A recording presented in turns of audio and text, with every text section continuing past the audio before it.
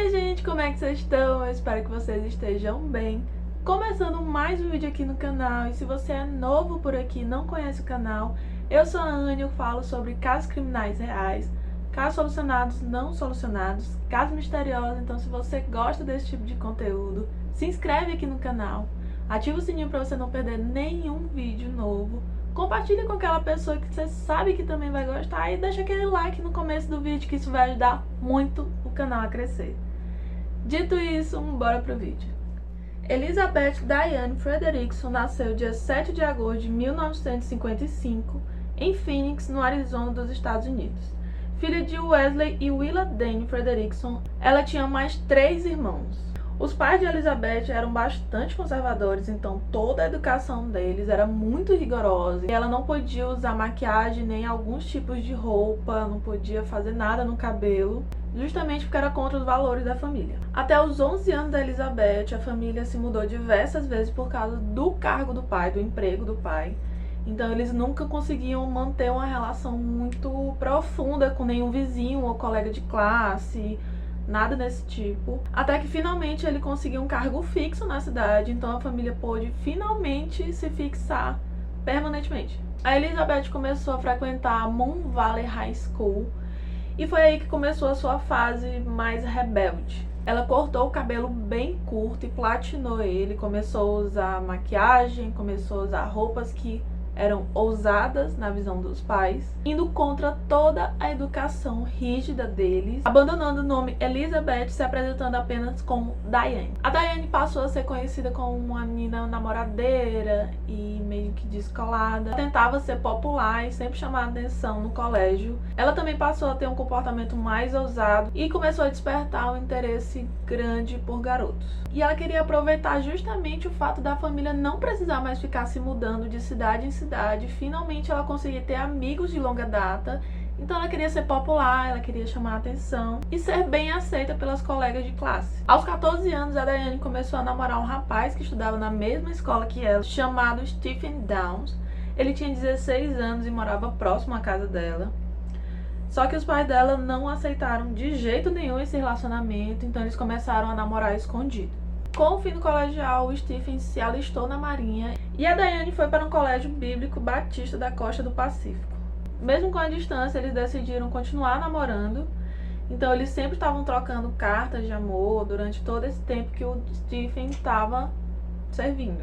Só que mesmo com esse namoro à distância, eles meio que saíam com outras pessoas. E como a Diane tinha esse comportamento mais rebelde, que ia de encontro aos valores dos pais e consequentemente do colégio que ela estava estudando, após um ano no colégio ela foi expulsa por promiscuidade e acabou voltando para a casa dos pais. No dia 13 de novembro de 1973, o Stephen volta da Marinha e, como os pais da Diane continuavam sem aceitar aquele relacionamento, ela decide fugir no mesmo mês que ele voltou e os dois acabam se casando em segredo. Só que, diferente do que eles estavam imaginando, o casamento não era aquele mar de rosas. E desde o início foi sempre muito conturbado, eles brigavam muito por qualquer coisa e por tudo. E a principal causa das brigas e discussões no casamento eram, primeiro, por causa de dinheiro, e segundo, porque o Steve tinha uma suspeita que a Diane tinha vários casos extraconjugais. Toda vez que eles tinham uma grande briga, uma grande discussão, a Diane simplesmente saía de casa, voltava para casa dos pais e ficava lá, passava dias. O Stephen ia, pedia desculpas, eles se entendiam, né? Se resolviam, então ela voltava para casa. E a Diane falou alguns anos depois que ela não tinha casado com o Stephen por amor. Ela basicamente tinha casado com ele só para sair de casa e ser mais independente, viver como ela queria. E em 1974, a Diane tem a sua primeira filha. Ela deu o nome de Christy, só que o problema é que a Diane ela nunca tinha conversado com o Stephen, ela nunca falou do desejo de ser mãe, de querer engravidar e planejar isso tudo certinho, até porque eles brigavam muito. E ela simplesmente decidiu sozinha que queria engravidar e engravidou. Só que 6 meses após o nascimento da Christy, a Diane decide sair de casa e se alistou à Marinha, sem consultar ou avisar o Stephen ou a família dela, ela simplesmente foi. E o Stephen ficou com toda a responsabilidade de cuidar da filha sozinho de 6 meses.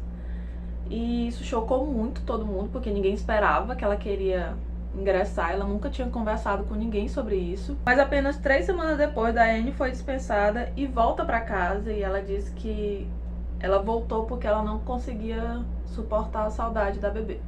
E em 1976, a Diane dá à luz a sua segunda filha, chamada Cherry.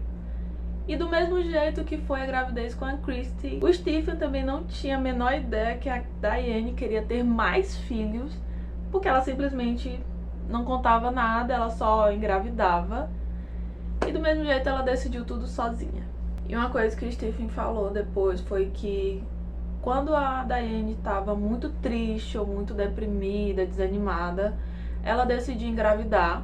E durante toda a gravidez, a Diane se enchia de energia, parecia que ela era outra pessoa, parecia que ela tinha um motivo para ser feliz. Só que depois da gravidez, depois que ela tinha um bebê, ela simplesmente não queria cuidar, ela não tratava os filhos muito bem. E por isso, o Stephen ele não queria mais ter filhos, para não ter que ficar passando por tudo isso sempre. E ele decidiu fazer a cirurgia de vasectomia. E mesmo após a cirurgia de vasectomia do marido, a Diane engravidou pouquíssimo tempo depois. E quando questionada, a Diane falou que a vasectomia não era um procedimento 100% confiável e que o filho poderia sim ser dele, a vasectomia não ter dado certo. Mas ela decide interromper a gravidez. O Stephen perdoa ela e permanece ao lado dela durante todo o processo. Em 1978, eles decidem se mudar para a cidade de Mesa, no Arizona. E lá os dois conseguem emprego na mesma empresa, que era uma empresa de construção de casas pré-fabricadas. E lá a Diane começou a ter diversos casos com vários homens da cidade, principalmente colegas de trabalho. E a Diane era descrita como uma mulher manipuladora que usava o seu carisma e o seu charme para conseguir tudo o que ela queria. Só que a Diane acaba engravidando mais uma vez, supostamente de um colega de trabalho, mas dessa vez ela decide manter o bebê. E mesmo sabendo que não poderia ser seu filho biológico, justamente por causa da cirurgia, o Stephen ele assume a paternidade, ele não acaba com o casamento, continua com a Diane, justamente por causa das filhas pequenas. E em dezembro de 1979, nasce o terceiro filho do casal, que foi chamado de Stephen Daniel, ou só Danny. O casamento continuava, mas também continuavam todas as brigas por causa de dinheiro, por causa das traições, e agora com mais 3 crianças pequenas que demandavam bem mais atenção e responsabilidade. Então os problemas aumentaram bastante. E apenas 1 ano após o nascimento do Danny, o Stephen decide pedir o divórcio. Mesmo após o divórcio, a Diane continuava com seus diversos relacionamentos com diversos homens. E nesse meio tempo ela ainda tentava reatar o casamento com o Stephen, mas ele sempre negava. Com o divórcio e o Stephen saindo de casa, a situação financeira da família piorou bastante.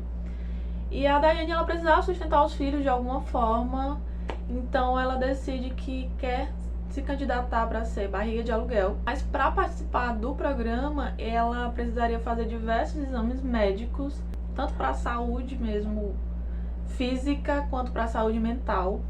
E ela foi aprovada 2 vezes nos testes psicológicos, sendo diagnosticada em um deles como psicótica. Só que a Diane ela achava isso engraçado, ela contava para as outras pessoas como forma de piada, porque para ela tinha 3 filhos, então ela achava engraçado ela não conseguir passar para ser barriga de aluguel. Em 1981, ela consegue finalmente um emprego fixo numa transportadora postal da cidade, e rapidamente ela fica conhecida justamente por ter um fluxo muito grande de pessoas. Enquanto ela ia para o trabalho, ela sempre deixava as crianças com vizinhos, parentes, ou até mesmo com o Stephen. E quando ela não conseguia nenhum adulto disponível para ficar com os filhos, ela simplesmente deixava a Christy, ela já tinha 6 anos, para cuidar dos irmãos mais novos. Só que com o tempo, os vizinhos começaram a ficar muito preocupados com a saúde das crianças, porque assim que elas chegavam, elas pareciam estar com muita fome e sempre pediam comida. E nos dias frios do ano, eles nunca pareciam estar muito bem agasalhados ou calçados adequadamente para o clima. Mesmo com o emprego fixo, a Diane ela não tinha desistido do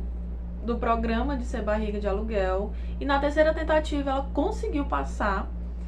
Então ela recebeu 10 mil dólares para gerar o bebê de outra família. E em maio de 1982 ela deu à luz ao bebê do programa.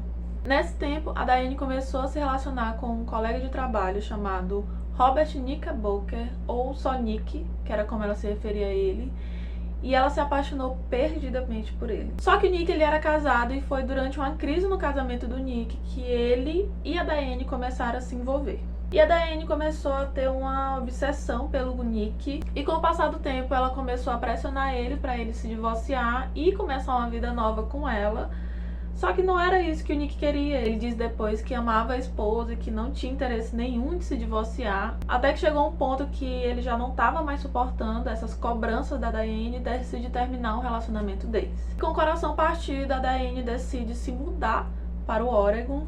Só que ele imaginava que mudando de cidade, o Nick largaria tudo e iria atrás dela, o que não aconteceu. Mesmo longe, mesmo no Oregon, ela sempre mandava cartas de amor pro Nick, ela meio que perseguia ele. E ele sempre mandava de volta as cartas. Na verdade, ele nem abria as cartas, ele mandava do jeito que ela chegava para ele. E em abril de 1983, ela vai visitar ele no Arizona. Mas assim que eles se encontram, o Nick ele fala que ele não quer mais nada com ela, que ele não tem interesse em se divorciar com a esposa para casar com a Diane e virar o pai dos filhos dela. Isso porque o Nick ele sempre foi muito claro que ele não gostava de crianças, ele não queria ser pai, tanto que ele já tinha feito a cirurgia de vasectomia, então nem com a esposa e nem com ela ele não queria ser pai. E o término deixou a Diane totalmente devastada. No dia 19 de maio de 1983, a Diane sai da casa de uma amiga que ela tinha ido visitar junto com as crianças por volta das 21h30. O Danny e a Kristen foram para o banco traseiro, enquanto a Cherry ficou no banco do carona ao lado da Diane. E durante a viagem de volta, a Diane decide pegar uma estrada diferente da habitual, a fim de ver paisagens diferentes. E ela disse que ela sempre fazia isso com as crianças porque eles gostavam muito desse tipo de passeio, só que as crianças já estavam dormindo. Só que em certo ponto da estrada, a Diane vê um homem parado assim no acostamento, acenando para ela, e ela decide parar para saber se ele estava precisando de alguma ajuda. Então ela encosta, deixa os 3 filhos dormindo dentro do carro, desce e vai falar com o tal homem. Assim que ela se aproxima, o homem aponta uma arma para ela e exige as chaves do carro dela. A Diane não acredita que está sendo assaltada naquele momento, então ela nega, ela pergunta se ele estava de brincadeira com a cara dela. Então ele começa a atirar no carro, nos filhos dela. No momento de desespero, a Diane finge que joga as chaves em um arbusto, e assim que ele se distrai, olhando para as chaves jogadas, ela empurra ele, volta correndo para o carro e dá a partida. Ele ainda conseguiu atirar nela, mas ela conseguiu fugir rapidamente. Às 3 horas, o carro esportivo vermelho da Diane chega no hospital de Springfield. Ela entra na recepção gritando e pedindo socorro e dizendo que alguém tinha tentado matar os filhos dela.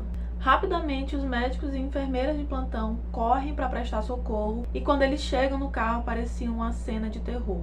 O carro estava completamente lavado de sangue e as 3 crianças dentro. Todos os 3 haviam sido baleados, e apesar dos esforços extremos da equipe médica, a Cherry ela não resistiu aos ferimentos e faleceu com 7 anos de idade. E enquanto isso, a Kristen e o Danny ainda lutavam por suas vidas, mas o estado de saúde deles era muito crítico. Kristen havia sofrido um derrame devido à grande quantidade de perca de sangue, e o Danny ficaria paralisado devido a uma bala alojada em sua espinha. E apesar do estado crítico e mortal das crianças, das 3 crianças, a Diane tinha apenas um ferimento no antebraço esquerdo, que não era nem de longe de risco. E como é um procedimento padrão, o hospital teve que informar a polícia sobre casos como esse, que deve informar quando eles recebem vítimas de casos de tiro. Então, rapidamente, chegam os policiais no hospital. O xerife começa a conversar com a Diane para saber o que foi que aconteceu. E ela conta toda a história que eu acabei de contar para vocês. Essa foi a versão que ela deu para a polícia. E quando ele perguntou para ela alguma característica desse homem misterioso, desse atirador, ela disse que não consegue se lembrar muito bem dele, mas que uma coisa ela lembra, que ele tinha muito cabelo e que ele era muito bagunçado. Mesmo o xerife estranhando muito a história que ela deu sobre esse homem misterioso, ele decide emitir um alerta com as características que a Diane tinha dado, né? E posteriormente eles teriam divulgado também um retrato falado do suspeito. E vários fatos não faziam muito sentido naquela história que ela contava e nem do comportamento que a Diane estava apresentando desde o momento que ela chegou no hospital. O primeiro fato foi que a Diane decide pegar uma rota desconhecida tarde da noite com 3 crianças dormindo dentro do carro, e no meio da estrada ela decide parar para falar com uma pessoa totalmente desconhecida. E assim que ela chegou no hospital, o comportamento dela era muito estranho. Ela permanecia extremamente calma, como se nada de ruim tivesse acontecido com ela ou com os filhos. E outra coisa que chamou muita atenção, tanto a equipe médica quanto a polícia, foi que ela chegou no hospital com uma toalha amarrada no braço, e tirando isso, ela estava extremamente limpa, enquanto o carro todo estava lavado de sangue das crianças, então ela não tinha nem tocado nos filhos dela. E mesmo depois de ter sido informada sobre o falecimento da Cheryl, ela continuou do mesmo jeito, ela não tinha nenhuma preocupação. Ela parecia mais preocupada com o carro novo dela do que com a situação dos outros filhos ou da morte de um. E outra coisa também foi que assim que ela chegou no hospital, depois que conversou com a polícia, a primeira pessoa que ela liga para informar sobre toda a situação é o Nick, e não o Stephen, que é o pai dos 3 filhos dela. E durante todo esse tempo, a Diane, ela fazia comentários bem desagradáveis, como: nossa, essa situação estragou muito as nossas férias, o meu carro tá todo sujo. E como se não fosse ruim o suficiente todos esses comentários durante toda essa situação, ela ainda falou para a equipe médica: Deus faz o que é melhor. Se as crianças têm que morrer, então deixe que morram, mas não deixem que sofram. 4 dias depois, foi feita uma reencenação da noite do crime com a Diane, porque haviam muitas coisas que não batiam com o depoimento da Diane, e tudo isso seria gravado. Tinha câmeras para todo lado, tinha pessoas encenando com ela. Durante as gravações, a Diane aparecia sorrindo, ajeitando o cabelo, ajeitando a maquiagem. Ela não parecia estar sofrendo ou preocupada ou, no mínimo, traumatizada com tudo. E foi colocado um homem para encenar com ela, ele fazendo o papel do suspeito. Então ela sorria, pegava nele, como se ela tivesse realmente se divertindo com toda aquela situação. Durante as investigações no local do crime foram encontrados cartuchos de munição de calibre 22, mas não foi encontrada nenhuma arma. Além disso, nem os resíduos de pólvora e nem os padrões de respingos de sangue encontrados na cena batiam com a história da Diane. Eles inclusive encontraram vestígios de sangue na porta do carona do lado de fora, como se alguém tivesse tentado sair do carro. Um mês depois da tragédia, a Diane começou a dar entrevistas. A mídia estava chocada com o caso e o público se solidarizava muito com Diane e com as crianças. Mas durante as entrevistas, Diane sempre estava muito arrumada, muito tranquila e focava em falar apenas sobre ela, mencionando os filhos apenas em alguns momentos e quando era perguntada. Diane nunca chorou em momento algum, nem no hospital, nem nos interrogatórios e muito menos nas entrevistas. Em uma das entrevistas foi perguntado para ela se ela se sentia sortuda por ter saído praticamente ilesa de toda essa situação, enquanto os filhos ainda estavam hospitalizados. E a Diane sorriu e falou que quem era realmente sortudo eram os filhos, porque ela não conseguia amarrar os sapatos há mais de 2 meses. Enquanto isso, a polícia continuava a investigação, agora mais sobre o passado da Diane, e eles encontraram um registro de uma arma no nome da Diane, sendo que quando foi perguntado para ela se ela possuía alguma, ela negou completamente, disse que não tinha essas coisas justamente por causa das crianças. Mas tanto Stephen quanto o Nick, eles confirmaram a existência dessa arma que ela tinha em casa. A polícia decide então investigar a casa da Diane e ela deu total permissão para eles entrarem. E foi lá que eles descobriram diversas munições do calibre 22 E descobriram também um diário da Daiane. E nesse diário detalhava toda a obsessão dela por Nick. A polícia interrogou Nick, que deu toda a sua versão. Ele admitiu o caso com a Daiane, mas disse que quando ela começou a pressioná-lo, decidiu terminar tudo. E que Daiane também não tinha aceitado o fim do relacionamento e que chegou até a ameaçar matar a esposa dele. E com o diário e o depoimento do Nick, a polícia finalmente encontrou uma possível motivação para o crime. A Daiane precisava se livrar dos filhos para poder reatar com o Nick e viver feliz para sempre. A Daiane continuava sob os holofotes, dando diversas entrevistas, mas em pouco tempo o sentimento de empatia e solidariedade que o público tinha com ela se transformou em raiva e desconfiança. Ninguém mais acreditava na Daiane, então eles começaram a desconfiar que talvez ela estivesse envolvida e já pediam a prisão dela.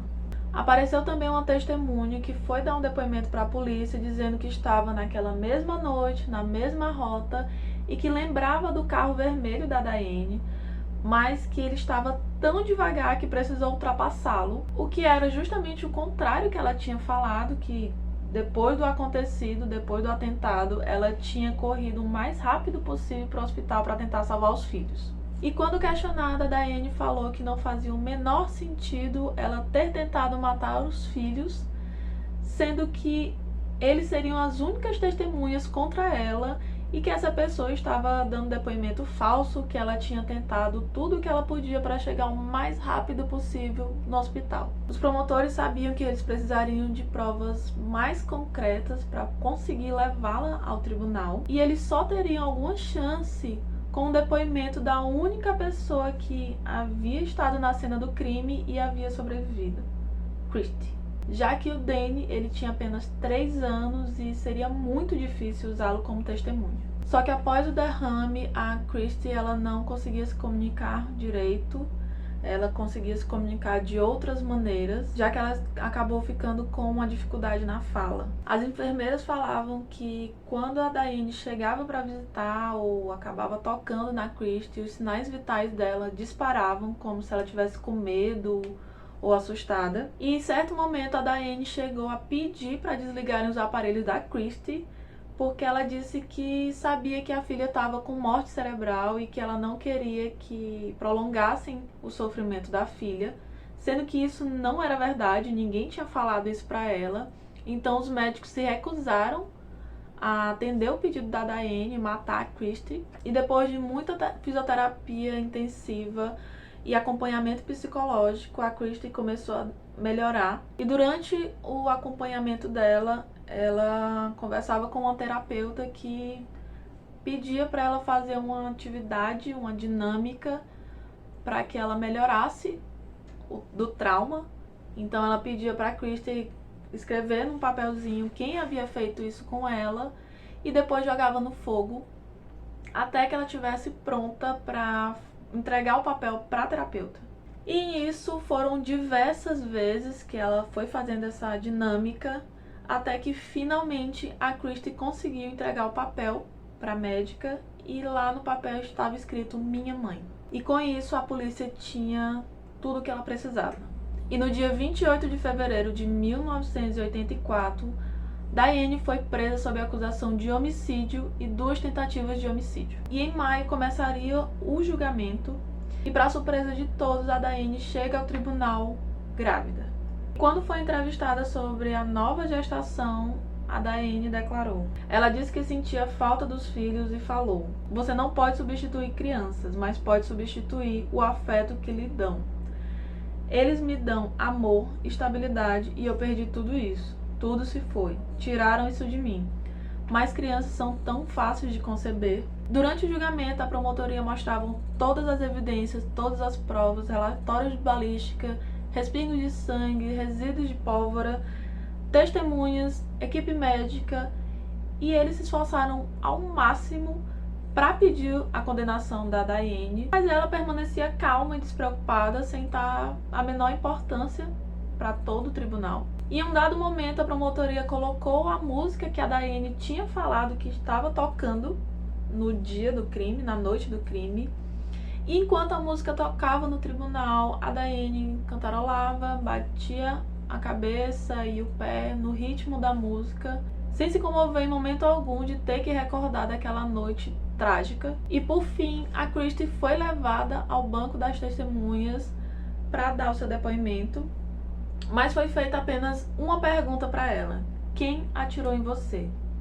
E ela respondeu: minha mãe. No dia 17 de junho de 1984, Diane foi considerada culpada de todas as 3 acusações de homicídio e condenada à prisão perpétua mais 50 anos no Centro Convencional das Mulheres de Oregon. 10 dias antes da sentença dela, a Diane deu à luz a uma menina e ela lhe deu o nome de Amy Elizabeth. O estado pegou a guarda da criança, que foi colocada para adoção, e posteriormente foi adotado por uma família e recebeu o nome de Rebecca Babcock.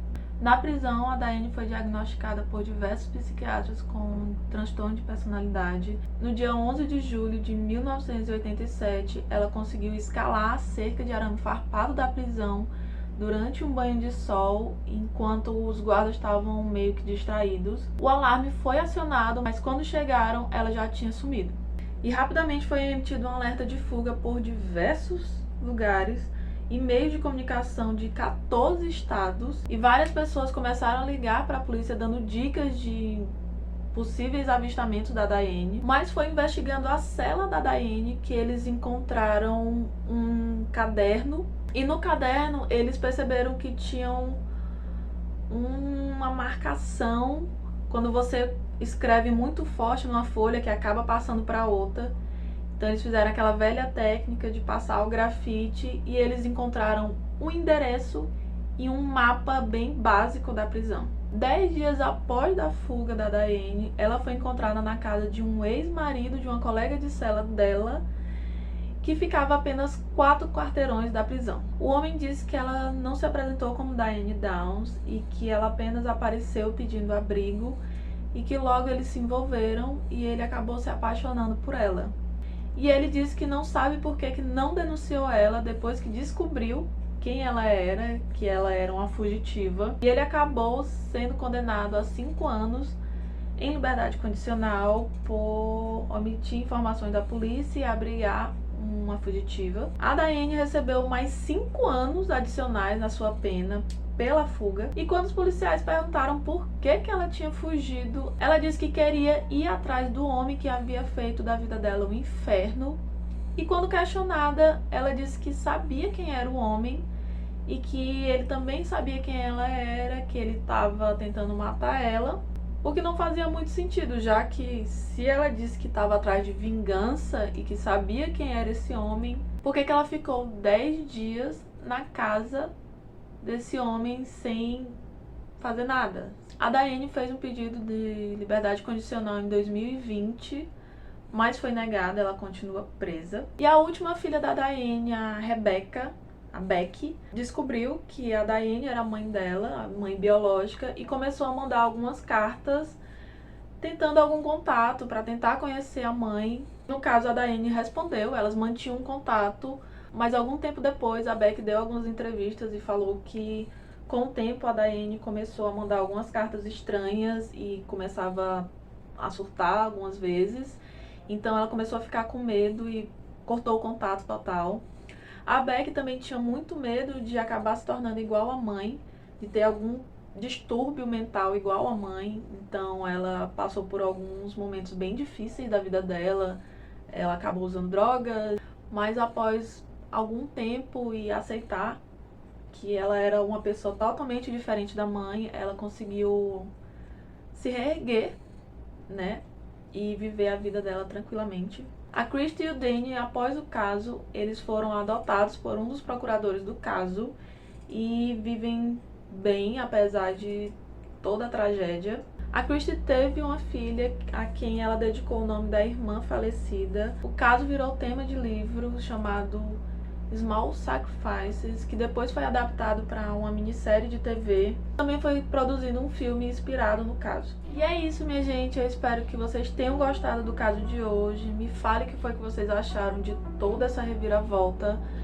Tem algumas entrevistas que você consegue ver aqui no YouTube da Daiane. É muito bizarro, é muito perturbador ela falando sobre o caso e sorrindo e bem tranquila. Você já conhecia esse caso? Me contem aqui nos comentários o que foi que vocês acharam, quais são as opiniões de vocês sobre o caso. Não esqueça de deixar o seu like, se inscrever, ativa o sininho para você não perder nenhum vídeo novo assim que sair do canal. Compartilha com aquela pessoa que você sabe que também vai gostar. E eu espero vocês no próximo vídeo.